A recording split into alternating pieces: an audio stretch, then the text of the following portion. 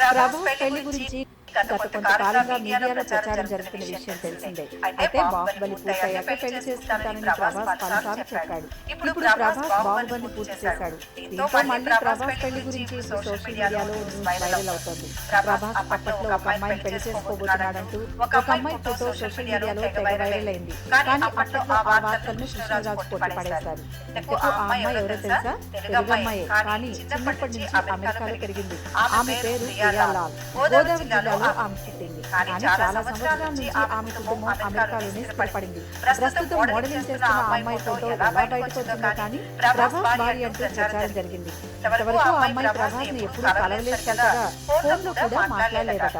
కానీ ఇప్పుడు లేటెస్ట్ గా ప్రభాస్ పెళ్లి అనుష్కతో అంటూ వీళ్ళిద్దరూ లవ్ లో ఉన్నారని సోషల్ మీడియాలో బాగా ప్రచారం జరుగుతోంది. మరి దీని మీద ప్రభాస్ ఫ్యామిలీ ఎలా స్పందిస్తారో చూడాలి.